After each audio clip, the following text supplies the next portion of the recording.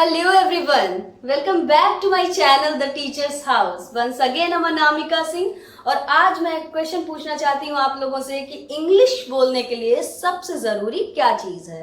मैंने अपने बहुत सारे स्टूडेंट से ये क्वेश्चन पूछा। कोई बोलता है बहुत ज़्यादा अच्छी वोकैबलरी अगर है आपकी, अगर वर्ड्स आपके पास बहुत हैं, आपके पास कलेक्शन बहुत अच्छा है वर्ड्स का, तो आप अच्छी इंग्लिश बोल सकते हैं। कोई बोलता है कि आपकी प्रैक्टिस बहुत अच्छी होनी चाहिए, कोई बोलता है आपको ग्रामर और टेंसेस का बेस बहुत अच्छा होना चाहिए आपके पास। सबकी अपनी अपनी राय है। Everybody has a different opinion. मुझे ऐसा लगता है कि सबसे ज़्यादा जरूरी चीज़ होती है प्रैक्टिस। अच्छा, प्रैक्टिस करें कैसे? क्योंकि हम तो बिगिनर हैं, अभी तो हमने इंग्लिश बोलना शुरू किया है। अभी तो अगर हमने अचानक जाकर के किसी के सामने बोल दिया, कुछ गलत हो गया, तो हमारे अंदर एक और डर हो जाता है, हाय राम वो क्या कहेगा, हाय राम ये क्या कहेगा। हिंदुस्तान में सबसे बड़ी जो प्रॉब्लम है, सबसे बड़ा रोग क्या कहेंगे, लोग। तो लोगों की डर से आपको डरना नहीं है। देखिए, यहाँ पे एक छोटा सा तरीका है मेरे पास डेली रूटीन बोलने का। डेली रूटीन हम कैसे बोलते हैं? अगर मैं आपसे कहूँ कि अपनी दिनचर्या बताइए, अपना डेली रूटीन बताइए, तो आप कैसे बताओगे? हिंदी में बताने के लिए अगर मैं कहूँ तो आप बोलोगे मैं सुबह उठता हूँ, उसके बाद फ्रेश होता हूँ, फिर मैं कॉलेज स्कूल ऑफिस जहाँ भी जाता हूँ, और उससे पहले मैं नाश्ता करता हूँ, फिर वहाँ जाके काम करता हूँ, लौट के आता हूँ, फिर मैं टीवी देखता हूँ, घर के काम करता हूँ, मार्केट जाता हूँ, शॉपिंग करता हूँ, घर आता हूँ, खाना खाता हूँ, न्यूज़पेपर पढ़ता हूँ, इंटरनेट यूज़ करता हूँ और फिर मैं सो जाता हूँ। हर एक सेंटेंस के एंड में आप देखिएगा आपको ता है, ती है, ते है मिलेगा। यानी कि बहुत आसान फंडा है। अगर आपको प्रेजेंट इंडेफिनिट टेंस आता है, या अगर उसी को दूसरे नाम में अगर बॉक्स नंबर 1 में आप परफेक्ट हैं, तो ये चीज आपके लिए यकीन मानिए हलवा होने वाली है। ठीक है, तो अगर आपने अभी तक नहीं देखा है तो मेरा box number 1 present indefinite tense का लेक्चर जरूर देखिएगा। मैं डिस्क्रिप्शन बॉक्स में उसका लिंक दे दूंगी।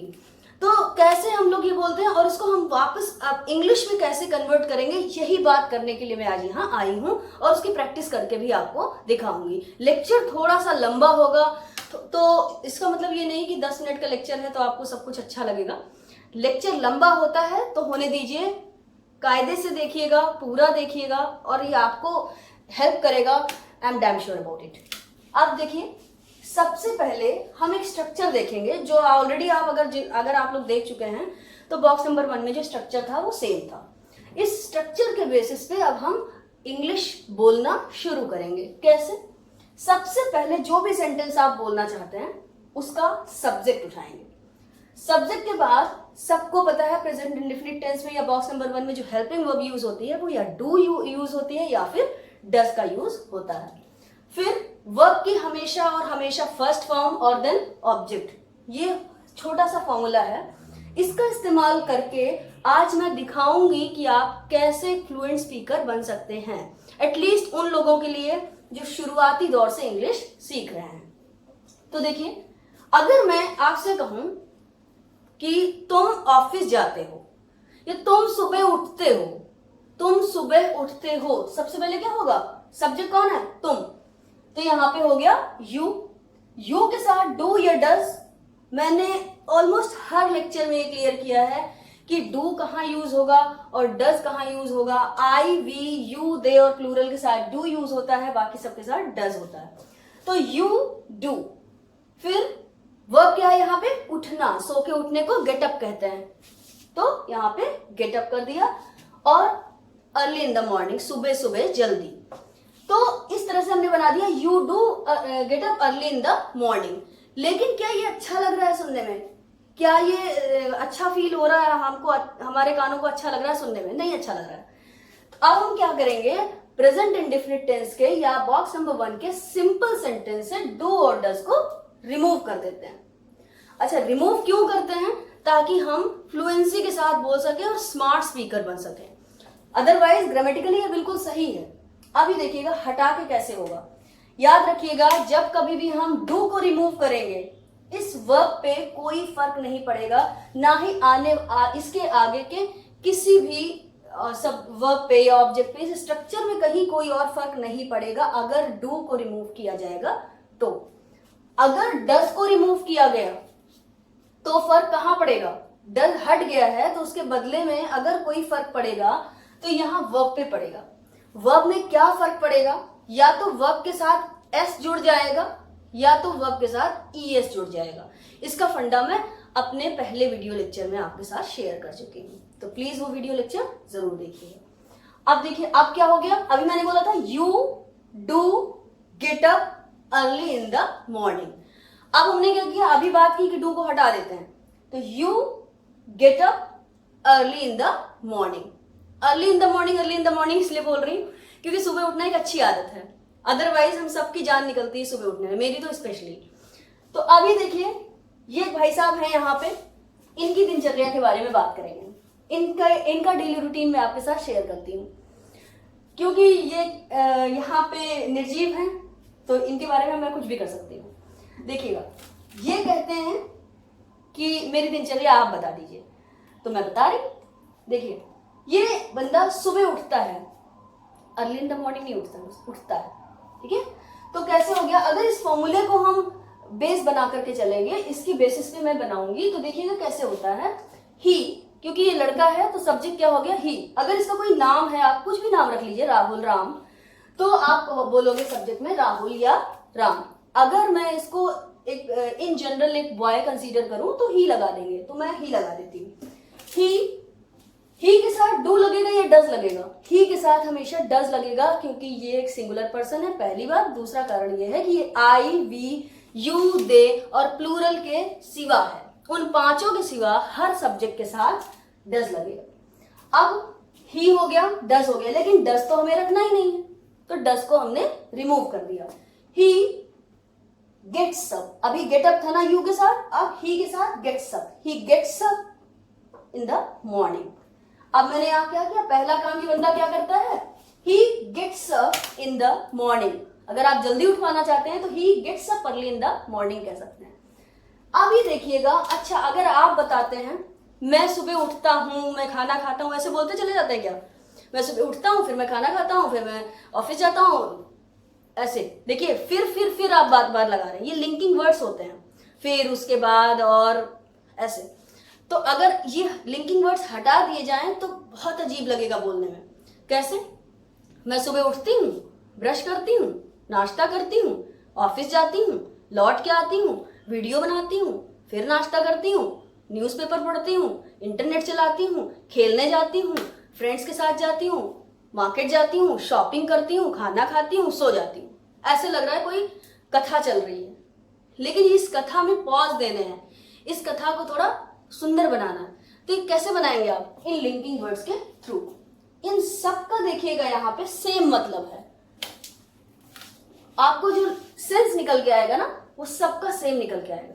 देन मतलब तब कब बोलते हैं, जब तुम आओगी तब हम कॉफी बनाएंगे, तब, ठीक है। आफ्टर दैट, उसके बाद, जब तुम आओगी उसके बाद मैं कॉफी बनाऊंगी, तो आफ्टर दैट। एंड देन, जब तुम आओगी और तब हम कॉफी बनाएंगे, तो और तब मैं कॉफी बनाऊंगी। एंड जब तुम आओगी और मैं कॉफी बनाऊंगी। और ये हैविंग के साथ वर्ब की थर्ड फॉर्म का भी हम यूज कर सकते हैं। देखिएगा अगर आप बार बार एक ही चीज को रिपीट करोगे तो स्पीकिंग स्मार्ट तो हो ही नहीं सकती। यहाँ तो लाले पड़े इंग्लिश बोलने के, उसके बाद उसे सुंदर भी बनाना है, उसे फ्लुएंट भी बोलना है, लोगों को अच्छा भी लगे, क्योंकि यहाँ पे आप लोगों से ज्यादा डरते हैं। तो कैसे बोलेंगे, हर बार हर एक सेंटेंस से दूसरे सेंटेंस को लिंक करने के लिए इनमें से किसी एक वर्ड को आप चूज कर सकते हैं। कोशिश करिए कि हर बार अलग हो, ताकि आपको भी सुनना अच्छा लगे और आपको बोलना अच्छा लगे और सामने वाले को सुनना अच्छा लगे।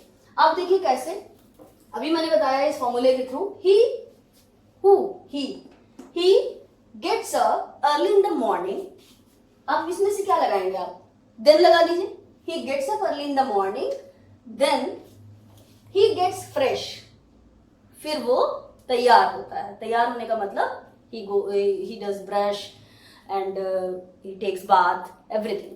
तो फ्रेश होने में सब कुछ आ जाता है, फ्रेश, he gets fresh। उसके बाद आप ये लगा लीजिए, कुछ भी ऐसा फिक्स नहीं है कि आपने सेट कर रखा है पहले ये, जो मन करे वो लगा लीजिए। डिफरेंट लगाएंगे तो आसानी, अच्छा लगेगा। अभी he gets up early in the morning, then he gets fresh, after that he takes breakfast. वो नाश्ता करता है, नाश्ता खाता है। खाने को आप ईट भी कह सकते हैं, टेक भी कह सकते हैं। ही ईट्स ब्रेकफास्ट भी हो सकता है, ही टेक्स ब्रेकफास्ट भी हो सकता है। ये ध्यान रखिएगा, ये एस या ई एस इसी का बड़ा पंगा है। जहां पे एस या ई एस की गड़बड़ हुई वहीं पे आपकी स्पीकिंग गड़बड़ हुई। तो शुरू से ही जब हम नया नया ही सीख रहे हैं तो क्यों ना परफेक्ट सीखें। तो देखिए अब यहां तक हो गया। He gets up early in the morning, then he gets fresh, after that he takes breakfast and he goes to college and then he comes back from college and इसके बाद देखिएगा he takes rest। उसके बाद ये सब कुछ इनमें से यूज हो गया। अब बचा ये, अब ऐसे कैसे बोलेंगे, and he takes rest after, या फिर आप कह सकते हैं having taken lunch। इसके लिए आप ऐसे यूज कर सकते हैं having taken lunch he watches TV। TV अपना लंच करने के बाद, दोपहर का खाना खाने के बाद वो टीवी देखता है। तो कैसे बोलेंगे, हैविंग टेकन, टेक अभी मैंने टेक्स बताया था, यहाँ पे थर्ड फॉर्म का यूज होगा taken. Having taken lunch he watch TV, then he plays with his friends, he plays with his siblings, कैसे बोल सकते हैं, and then he studies for some time, फिर वो थोड़ी देर के लिए पढ़ता है। एंड देन अब देखिएगा हर बार अलग लगा रहा है क्योंकि 4 ही 5 ऑप्शन है हमारे पास। तो इन 4-5 में से हो सकता है कि ऑल्टरनेट हर 3-4 सेंटेंसेस के बाद ये आपको रिपीट होता दिखे, एटलीस्ट हर सेंटेंस के बाद एक जैसा तो नहीं लग रहा है। फिर he studies for some time and he helps to her mother in household works. तो वो अपनी मम्मी की घरेलू कामों में भी थोड़ी बहुत मदद करा देता है। And then he spends family time, और उसके बाद वो थोड़ा सा अपना फैमिली टाइम भी स्पेंड करता है अपने पेरेंट्स के साथ, अपने सिबलिंग्स के साथ। And after that he takes dinner, उसके बाद वो रात का खाना खाता है। Then use internet for gaining knowledge and for enjoyment, थोड़ा सा इंजॉयमेंट के लिए, रिफ्रेशमेंट के लिए या फिर नॉलेज गेन करने के लिए वो इंटरनेट का यूज करता है। And then he goes to bed, direct भी कह सकते हैं आप ही स्लीप्स, देन ही स्लीप्स, और आप ऐसे भी घुमा के भी कह सकते हैं then he goes to bed, उसके बाद वो बेड पे चला जाता है, ऑब्वियसली वो सो जाता है। ठीक है, तो देखिए कितना आसान सा तरीका था ये। आसान है, हो सकता है ये आपके लिए बड़ा बोरिंग भी हो, ये क्या खींच रही है आप इतना बड़ा लेक्चर, लेकिन यकीन मानिएगा ये बेस होता है आपके इंग्लिश बोलने का। कोई अगर इसके बिना इंग्लिश बोले, एटलीस्ट यूपी बोर्ड वाले, ये जो हिंदी से इंग्लिश में कन्वर्ट कर करके इंग्लिश बोलते हैं, और ऐसा नहीं है कि हिंदी से इंग्लिश में कन्वर्ट करके आप इंग्लिश नहीं बोल सकते या ग्रामर का बेस लेकर के आप इंग्लिश नहीं बोल सकते, बट आप प्रैक्टिस करिए। तो देखिए अब इसको थोड़ा सा स्पीड में बोलेंगे, थोड़ा सा, मैं ये नहीं कह रही कि आप भागिए, डे 1 से स्टार्ट करिए और 30 डेज तक कंटिन्यूअसली ये करिए, आप में वो बात आ जाएगी कि जब आप किसी से बात करते हैं ना, he goes to office and then, जैसे ही आपने कहा आपका मोरल डाउन, सामने वाले का कॉन्फिडेंस हाई हो गया, चाहे उन्हें खुद कुछ ना आता हो, लेकिन वो आपका मजाक उड़ाने के लिए तत्पर हैं। ठीक है, तो हमें ये मौका नहीं देना है, हम आराम से बोलेंगे, आपको उड़ाना है मजाक उड़ाओ। ठीक है, तो he gets up early in the morning, then he gets fresh, then he takes breakfast, after that he gets ready and then he goes to college. He comes back from college and takes some rest. Having taken lunch, he watches TV and then he plays with his friends or family and he studies some time and he helps his mother in household work, and then he spends some family time and he takes dinner and use internet for his enjoyment and gaining knowledge and goes to bed. ठीक है, अब बहुत आसानी से देखिए आपने बोल दिया। तो ये तो आपने इनका बोला, ये भाई साहब थे, इसलिए ये जो आपने सब्जेक्ट लगाया वो ही लगाया, ही के साथ आपने डज का यूज किया। अगर यही डेली रूटीन आप अपने लिए बोलो, सबसे बेटर ऑप्शन है कि आप अपने लिए इसको यूज करना शुरू कर दो। शीशे के सामने खड़े होकर के और धड़ाधड़ शुरू हो जाइए, दिन में 50 बार बोलिए। ऐसा नहीं कि आप 1-1 मिनट के लिए खाली नहीं होते, कितने भी बिजी हो अपने डेवलपमेंट के लिए आप इतना समय निकाल सकते हैं। कैसे बोलेंगे, अब यहाँ पे एस नहीं लगेगा क्योंकि ये डज नहीं है, डू हटने के बाद वर्ब पे कोई भी फर्क नहीं पड़ता। तो कैसे बोलेंगे? I get up early in the morning, then I get fresh, then I take breakfast, after that I get ready, then I go to college, I come back from college, I take rest, and having taken lunch, I watch TV, I play with my friends, I study for some time, I help my mother in household works, I spend some family time, and then I take dinner and I use internet for gaining knowledge, and I go to bed। देखिए बहुत आसान है ये। अच्छा, एक और बात जो मैंने बार बार आई लगाया, क्योंकि ये तो नोन है कि मैं अपने ही बारे में बात कर रही हूँ और पूरा रूटीन अपना ही बता रही हूँ, तो यहाँ पे बार बार आई यूज करने की जरूरत नहीं है। हालांकि शुरू के 8-10 दिन जब आप इसको यूज करेंगे तो वहां पे आप बोल सकते हैं, लेकिन ग्रेजुअली आप इसको कम करें।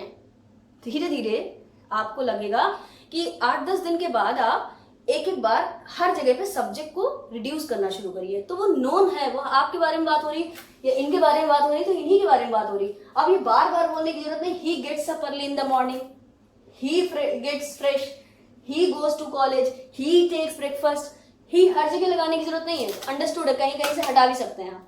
कैसे? he gets up early in the morning, then gets fresh। वो सुबह उठता है फिर फ्रेश होता है। ये जरूरी नहीं कहना कि वो सुबह उठता है फिर वो फ्रेश होता है, वही उठेगा तो वही फ्रेश होगा। तो he gets up early in the morning, then gets fresh and takes breakfast। देखिएगा, स्पीड देखिएगा, then takes breakfast and then he gets ready। अब देखिए यहाँ पे he एक बार लगा दिया। तो वो आपकी चॉइस है कि आप कितने दिनों में टारगेट सेट करते हैं कि आप कितने स्मार्ट बनना चाहते हैं। तो ये है हमारा ये आज का लेक्चर डेली रूटीन का, जिससे एटलीस्ट आप कहीं ऐसी जगह पे नहीं फंसेंगे जहां पर आपको सोच सोच के बोलना पड़े। और जैसे ही, ट्रस्ट मी, जैसे ही आपका ये बॉक्स नंबर 1 का कंसेप्ट क्लियर हो जाएगा, आप हाईली कॉन्फिडेंट हो जाएंगे अदर बॉक्सेस की ओर या अदर ग्रामर की ओर। तो आपको लगेगा कि बाकी सब कुछ अब हमारे कंट्रोल में है। अगर इस वीडियो से आप डेली रूटीन बोलने लगे तो आप मुझे कमेंट बॉक्स में कमेंट करिएगा। आप 30 डेज का चैलेंज लीजिए। अगर आपको 30 डेज में अपने अंदर इंप्रूवमेंट लगे तो आप मुझे ज्वाइन करिएगा और आप मुझे एक रिप्लाई करिएगा। अगर आपको 30 डेज में कोई इंप्रूवमेंट ना लगे, इसका मतलब है कि आपने कहीं ना कहीं कोई ना कोई गलती की है, या फिर आप रेगुलर नहीं रहे, या आपने प्रैक्टिस नहीं की। इसके लिए जरूरी नहीं कि आप किसी के साथ, अपने भाई बहनों के साथ बैठिए, आप अकेले शीशे के सामने बैठिए, कोई दिक्कत नहीं है। बस इसे 30 डेज तक कंटिन्यूअसली ट्राई करिएगा। इसके बाद अगर इसमें आप फ्लुएंट हो गए तो आती है बॉक्स नंबर 2 की बारी, जिसका वीडियो लेक्चर नेक्स्ट वीक आपके सामने आएगा। तो अगर अभी तक चैनल को सब्सक्राइब नहीं किया है तो चैनल सब्सक्राइब करिए, वीडियो को अपने फ्रेंड्स के साथ शेयर करिए ताकि सभी लोग इसका बेनिफिट ले सकें। और